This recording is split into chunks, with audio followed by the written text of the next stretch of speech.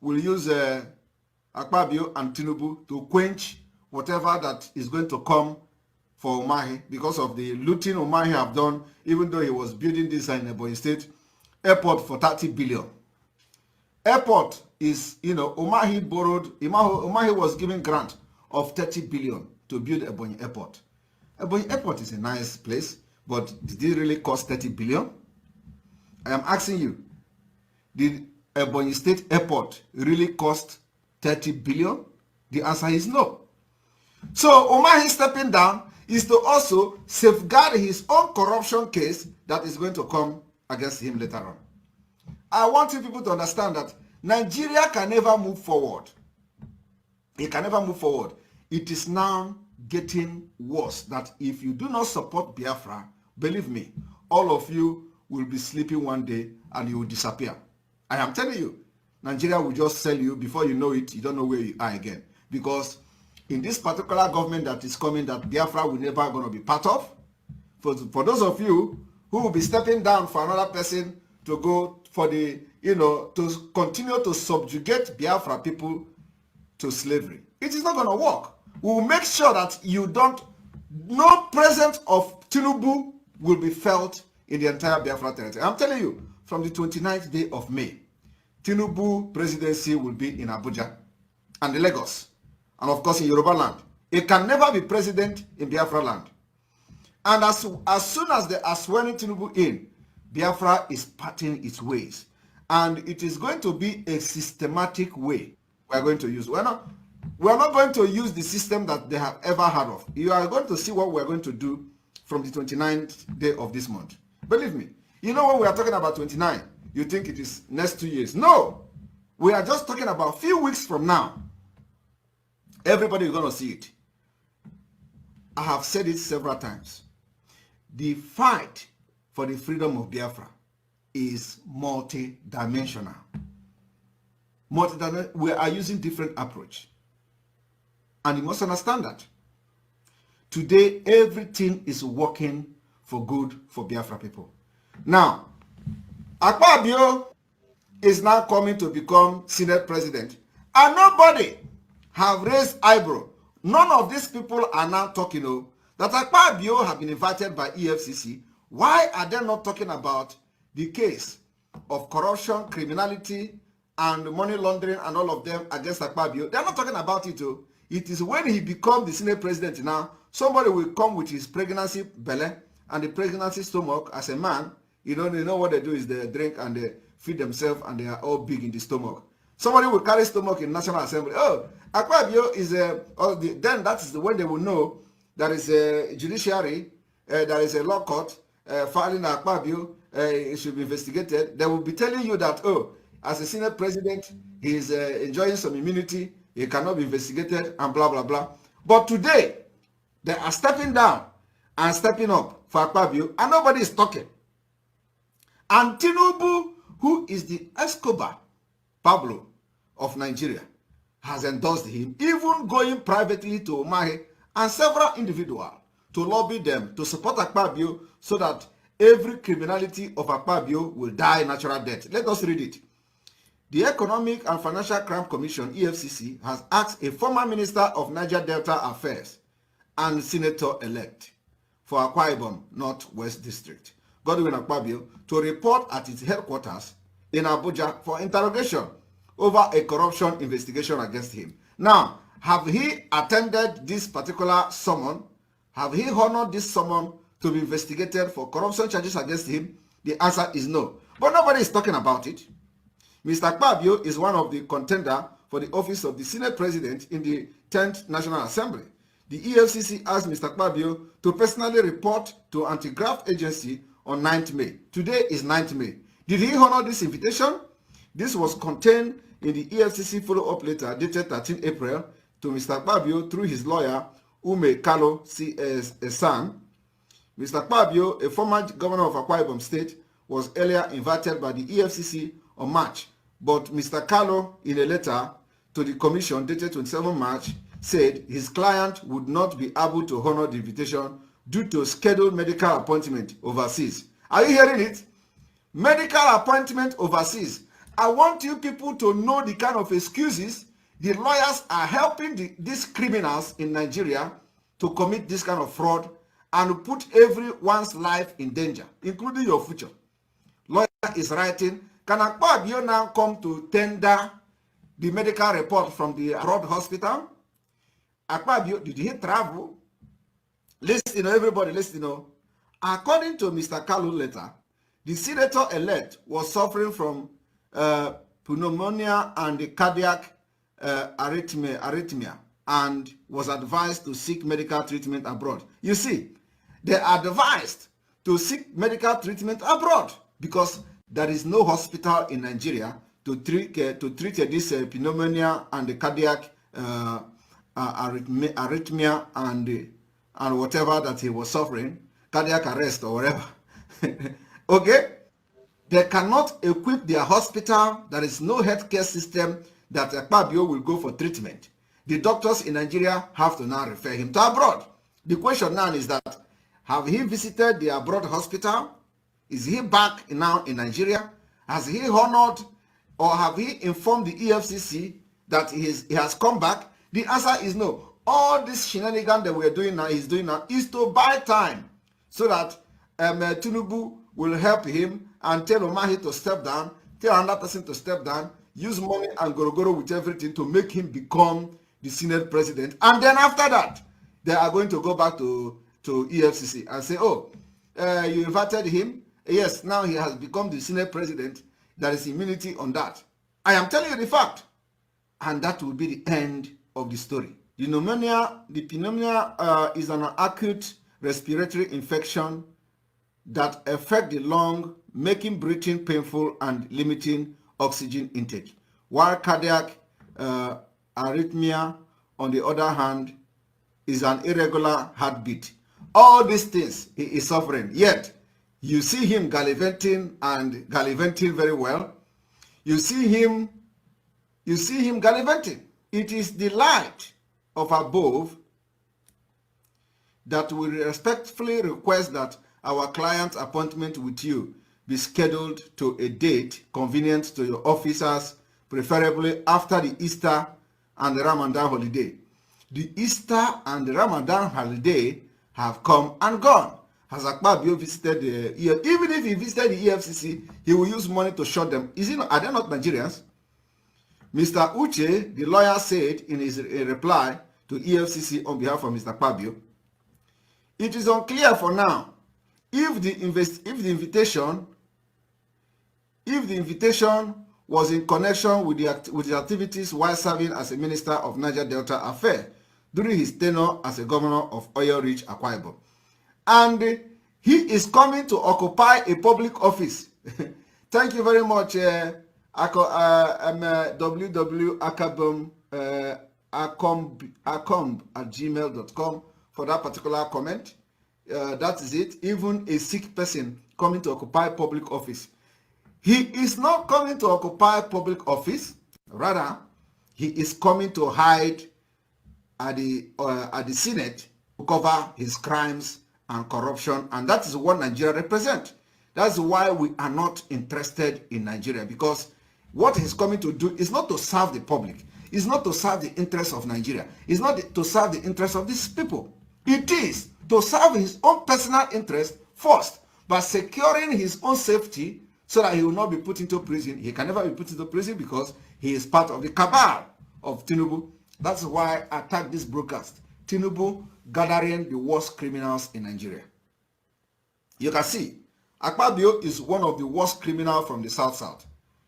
You can imagine a government official that is planning to bomb pipeline and get the contract. Did you not hear the audio that leaked one time ago, where he was commanding militants, giving them money, 70 million, to go and bomb pipeline? After bombing it, he will now go and get money to fix the pipeline. Did you not hear when I did that particular exposition? I did it. So he's a criminal. Now Tinubu is bringing him to Senate to facilitate his criminality as a president. Nothing else. So that Akpabio will become the president of Senate, and Tinubu will be pressing button from Aso Rock, and their drug businesses, their cartel, private jet, cocaine, and everything. You know, his Yoruba syndicate, they will all be running to Qatar, where the drug is more expensive. That is what is going to happen, and that's what is going on. So the planning you see now, Umahi stepping down, is never for the interest of Ebonyi people, never for the interest of Ndibo, never for the interest of indigenous people in Nigeria. Umahi stepping down is because he has agreed, as a criminal syndicate, he is to work and protect the interests of his fellow criminals, which is Akpabio and Tinubu. Do you understand? Because he knows that immediately Akpabio becomes the Senate president, all this crime you hear me reading now, everything gone under the carpet. They are the one who will confirm the next chairman of EFCC. They are the Senate is the one who will confirm who become the minister. Senate is the one who will confirm who become who. So before you go and start investigating, all those people that open case against Akpabio and you want to be confirmed as a minister, he will first of all tell you, if you do not drop this case against me, don't come to the red chamber, you can never be confirmed. I am telling you the fact. EFCC chairman need to come to the Senate. It is under Akpabio. I hope you are getting the point. Now, why I'm making this exposition today is that nobody is asking the EFCC, what is the allegation against Akpabio? They are not going there. Nobody is talking about that. All they are talking about now is that, oh, Umahi has stepped down for Akpabio. Tinubu approved Akpabio. And everybody is Akpabio. Nobody is talking about the criminal charges, investigation, allegation against Akpabio, which we know it is not even an allegation, it is real. Now let us listen to, apart from that, listen to how they ridicule the Biafra, Igbo-speaking Biafra people. Even when they are yet to become the Senate president, they are already ridiculing them. When Tinubu is not yet a president, he is already showing them what he is going to do. He is not yet a president. He doesn't have regard to them. Akpabio is not yet a Senate president. He is already disregarding them. Going to the people personally, Umahi, going to Umahi personally to appeal to Umahi to step down. He forgot about the Kakus, other people from the eastern part of Nigeria. He doesn't regard them. He is not yet a Senate president too. And the Ifeanyi Uba is crying. When the person is not yet a president of the Senate, Ifeanyi Uba is crying. I want everybody to listen, pay attention to what I'm saying, because we are going to come back here at the end of the day when it starts happening. But then, Biafra have gone far. I am telling you the fact. So what am I trying to do this evening is that the best thing for you to do now is not to waste your time waiting for Pablo Escobar to become a president, or waiting for, illusional P2B to become a president, or waiting for all those things are nonsense. It can never work. If Obi is declared the winner by the court, these people will bring war that you never seen before. I am telling you the fact. And if Tinubu is sworn in on 29th, these people will do nothing because they have nothing to offer. Obi is only strong on social media. Even on social media itself, they have defeated him. You don't see Obi anymore on social media. Do you see them? You don't see them on social media anymore. Obi is sleeping now in the court. We saw him sleeping. He was sleeping in the court. So he's not the president yet. He's sleeping in the court. In the court where it is the most important place for him now to go and open his eye to observe everything that is going on. Obi is there sleeping. I am telling you. And I wonder, if he's sleeping in the court, how is he going to be president? If he can sleep in the court where his own mandate and the hope is lying. He went there to start sleeping. Now watch. That is it. We shouldn't be treated like nobody. And it's becoming a decimal for people to always, abuse people of Southeast in this manner. That should stop. What do you do about it?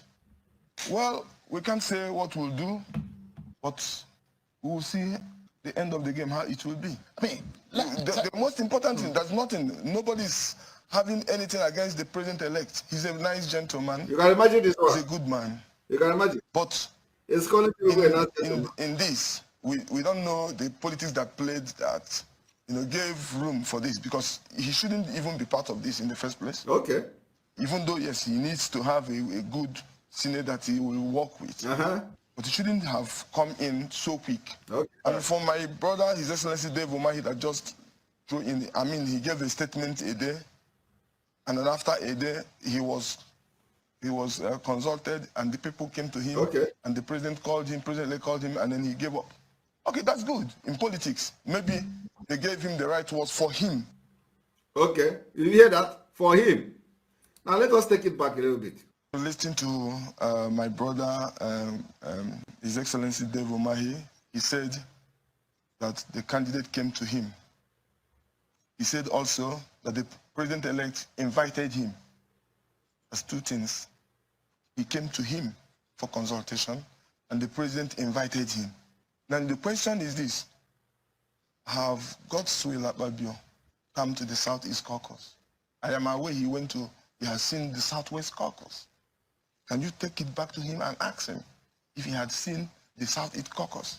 If he consults with you without doubt, has he been asked to come to, maybe on the invitation of the ruling party or on the invitation of the president-elect, and then please help me to achieve this. This is what I have also for you people.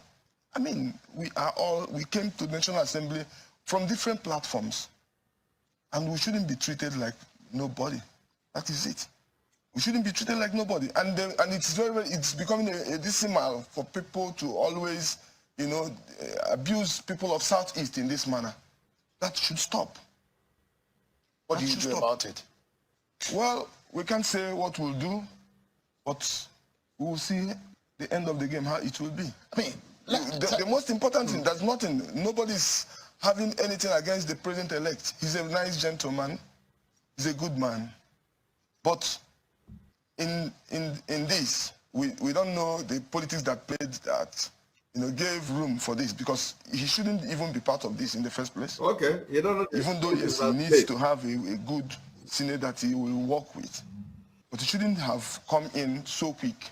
And for my brother, His Excellency Dave Umahi, that just threw in, I mean, he gave a statement a day, and then after a day, he was consulted, and the people came to him, and the president called him, and then he gave up. Okay, that's good in politics. Maybe they gave him the right words for him. Okay. All right. Now we are going to go again. Let us see what they wrote about Umahi and know what Umahi said. Senate presidency, Tinubu urged me to step down for Akpabio. Umahi. Governor David Umahi of Ebonyi State has disclosed that the president-elect Bola Tinubu urged him to step down for Senator Godwin Akpabio in the race for the 10th Senate presidency. Umahi made this disclosure on Monday at the Muhammad Buhari International Airport, Onoeke, while answering questions from newsmen on arrival to the state from Abuja. The governor said that he discussed the issue of his Senate presidency bid with Tinubu and had to assess and had to accede to his request in the interest of All Progressive Congress. Are you hearing? In the interest of All Progressive Congress. It is not in the interest of anybody. Of course, it is not even in the interest of All Progressive, interest of all the criminal syndicate and the Southeast Zone. How was that an interest of the Southeast Zone? I discussed the issue with him when he was in Paris, and on return to the country, he invited me. It is his right as a president-elect to make commitment, and anyone running for such office makes promises. I did not want to be a clod in the will of his progress, so I accepted. Are you hearing that? Akpabio is going to be the one that will make him progress. And so Umahi don't want to be an obstacle to that. So he has to accept. Umahi said that his withdrawal from the race was in the interest of the Southeast, as it could no longer continue to be the opposition, to be in the opposition. We cannot continue opposing everything, as politics is all about dialogue, give and take. What could have happened if I said no, considering our effort to promote the APC in the zone? We all get a tangible position, he said. Are you hearing it? It is all about promoting the APC in the Southeast Zone. In the southeast zone, Umahi, instead of thinking of Biafra, is still thinking of how to promote APC. He's still thinking of how to bring more subjugation, more criminality, more suffering, more hunger into the southeast zone, because that is the only thing they represent. He is not, now he has opportunity to do whatever he wants to do at the Senate. He has opportunity to become a Senate president, to do whatever. That is, I am saying this because those who are always talking about one Nigeria, and always talking about governor, always talking about the Southeast leaders, always talking about what are the governors saying about Biafra. We never ever wanted these people to be part of Biafra, and they can never be part of Biafra. You think that Umahi will ordinarily just wake up one day and support Biafra with all the criminality they have done in Nigeria and supporting, and what they have become in Nigeria? It is impossible. So I am not doing this for Umahi to join Biafra. We don't want him, and we don't want him to join. We are going to get Biafra without Umahi. In fact, Umahi joining Biafra will be a very big mistake for us. We don't need him. We don't need people like him to join Biafra. We will fight them, because these are the people that we are going to fight. That will fighting them will give Biafra the credibility that is needed. I am telling you the fact. Without fighting people like Umahi, Biafra will never come. It is them, these people like Umahi, are the one that subjected Biafrans to all manner of slavery, subjugation, all this kind of marginalization, as they call it, killings in the southeast. They are the one that, they are the genitor of all this crime happening in the southeast. So without fighting them, the credibility in getting this Biafra will not be there. So we don't need Umahi. Umahi should be in the opposition of Biafra. Umahi should continue to grow stronger in opposing Biafra, because at the end of the day, we need that opposition to push more for Biafra to come. But I have just come this evening to tell you that what you see them doing now is gathering all the criminals in Nigeria politics, putting them together to commit the worst crime on earth. I am telling you, Nigeria is going to, in fact, it is for our own good, the Biafra people. So all of you that are worried about 29th, please don't worry about 29th of May. Let them swear in Tinubu. It is for our own good. Let Akpabio become the Senate president. It is for our own good. We have legitimate requests. We are fighting a legitimate fight. Let them swear in Tinubu. I am telling you, immediately Tinubu become the president, it is not only us that will be now shouting. Believe me, you are going to see many of them shouting. Shouting for, they want a referendum. But then, we are going to lock our door somehow and let them be shouting the referendum from the outside. But at the end of the day, the referendum will favor, the shouting they are going to be shouting will favor us. So every Biafra must calm down. Everything that is going to happen from 29 is going to be for our own good.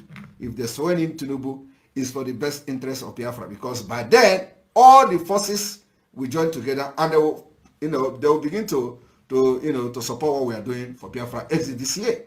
And if they decide not to swear in Tinubu, Tinubu and his criminal gangs, and of course, Shetima is the founder of Boko Haram, they are going to bring more insurgents to begin to fight them from Abuja. So it is going to also facilitate Biafra. I want you people to understand that the way Nigeria is now, going forward and going backward is not easy.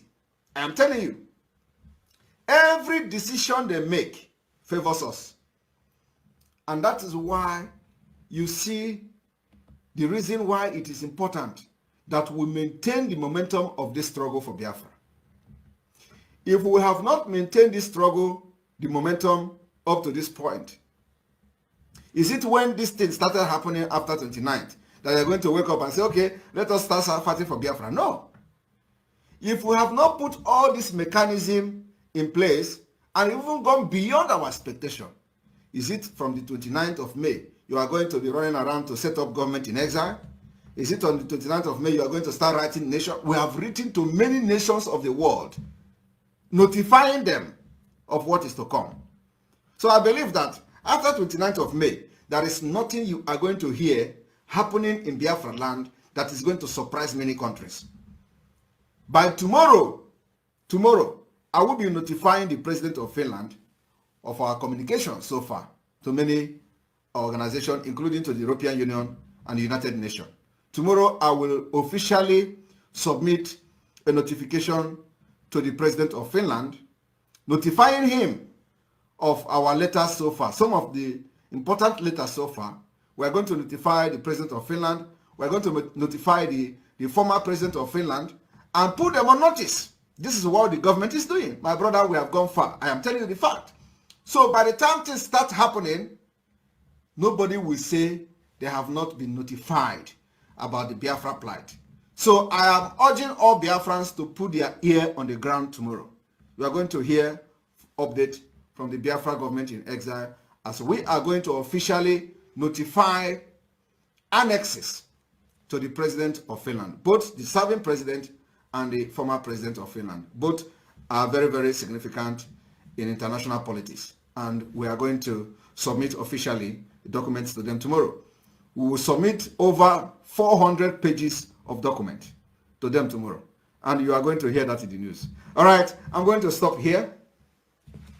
I want everybody to understand that most of the things we are doing now has to be more of awareness, media awareness, and it has to continue to be like that.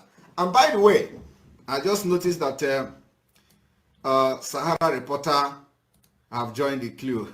It is a good thing to see them, you know, not always attacking Simon Ekpa. So let us bring you know, some of the report I saw this evening. This is Sahara Reporter 4 hours ago. Nnamdi Kanu's disciple Ekpa writes ECOWAS court over indefinite adjournment of suit filed by Northern Group to seek referendum for Biafra. You see, we are still waiting for the correspondence from them. This is from Sahara Reporter, as you can see. This is from Sahara Reporter. This was seen in a letter signed by Ekpa in his newly proclaimed capacity as the Prime Minister of Biafra Republic government in exile. So anyway, it is good that I just come across this evening. So the game is changing. If not that, I think the game have changed, not just changing. So this is it. And at least it does not matter how they write it, but the information is there. The awareness is coming with a speed like train. So if you block the way, the train will smash you. This was seen in a letter signed by Ekpa in his newly proclaimed capacity as the Prime Minister of the Biafra Republic government in exile. The letter is dated May 8 and addressed to the Community Court of Justice, ECOWAS Court. Simon Ekpa, self-proclaimed disciple of Mazen, the detailed leader of the indigenous people of Biafra, Mazen Kanu, has written to the ECOWAS Court over the indefinite adjournment of a lawsuit brought before the regional court by the coalition of a northern group to seek referendum for the Biafra Republic. Now, nobody is talking about this particular lawsuit. They have swept it under the carpet. But we are not going to let them rest. The government of Biafra Republic in exile have been activated, and we are going to exhume. We are exhuming everything exhumable. And that's what we are doing. After all these things, you see what we are doing now, we are going to hit Nigeria hard. Believe me. That's what we are doing. First of all, we need to exhume everything exhumable, create the awareness in the most highest places in the world, and then we start hitting them. Then they will know that we're not playing. Now, this was seen in a letter signed by Ekpa in his newly proclaimed capacity as the Prime Minister of the Biafra Republic government in exile. The letter dated 8 May and addressed to the ECOWAS community, to the Community Court of Justice, ECOWAS Court. According to the letter, Ekpa asked the court to review the current status of the case, noting how the continued prolongation of the case is jeopardizing the interests of Biafra and the Igbo people living in Nigeria. This is what Ifeanyi Ubah should be asking. This is what Dave Umahi should be asking. This is what Ohanaeze Ndị Igbo, Iwanyanwu should be asking, and not Senate President. The letter read, "We write to remind you of the lawsuit at the ECOWAS court sitting in Abuja by the coalition of Northern Group and the other 18 nationalities seeking referendum toward a peaceful exit of Biafra and other indigenous groups from Nigeria. The lawsuit was adjourned to 20th October 2020 by Justice Inyang Ekwo. I want all of you to understand that we are still waiting for them. They must reply to this particular request. The African Charter on Human Rights and People's Rights states that every citizen in any African country has the right to say that he or she is no longer interested in the remaining in that country. Hence, we want to know the status of this case and when the ECOWAS court intend to hear this suit, as Biafra people cannot wait indefinitely. Biafra of the old eastern region of Nigeria are living under existential threat in one Nigeria. So we Biafra demand referendum for a peaceful exit from Nigeria. Biafra estimated about all this. Anyway, of course, it was reported completely without removing or adding anything, and I commend the Sahara reporters. I commend Sahara reporters for putting it the way it is. At least this time around, they did not twist anything like they used to twist it before. But I want everybody to understand what we are doing. You know, before, some of these Achikote Ekuono people, they will tell you, what has IPOB done? Oh, tell me who they have written to. Tell me whether any country is talking with them. Tell me who have they approached. Tell me this, that. Tell me that. Today, they are not talking because the government of Biafra Republic government in exile have activated its full function, all department, and we are now taking the bull by its horn. So anybody that is going to say we did not write to them or we did not inform them, they should make it very clear now. So we are going to write them so that they will not have any complaint to say when we start this offensive for Biafra liberation, they will say, oh, we did not inform them before we start. From 29th May this month, when they are doing that thing in Abuja, Biafra is taking their freedom by themselves. Now we are having another fundraising this weekend, and I want everybody to understand that fundraising is something that is going to be happening, almost every week. For those who are saying it is too soon, now the fund and resources is needed like never before. Join us tomorrow again on this platform. Our app, our live broadcasting app may be ready this week. May be ready this week. But as soon as it's ready, we are going to notify you people. I'm going to review it, and then we assign few people to test the app before we make it public. So please keep your finger crossed. Tomorrow is going to be another big day as we are going to be visiting the President of Finland. We are going to the President of Finland office tomorrow to officially hand over some of the communication we have so far communicated to many countries and then many union. And we want to just notify him and notify our former president as well. Formally, it is the process we are taking so far. So stay tuned tomorrow for the update of that visitation. Thank you very much. May God bless all of you. May God bless Mazinamdi Kanu. Remember that sit at home continues. Tomorrow the sit at home continues till Thursday. We thank Biafra.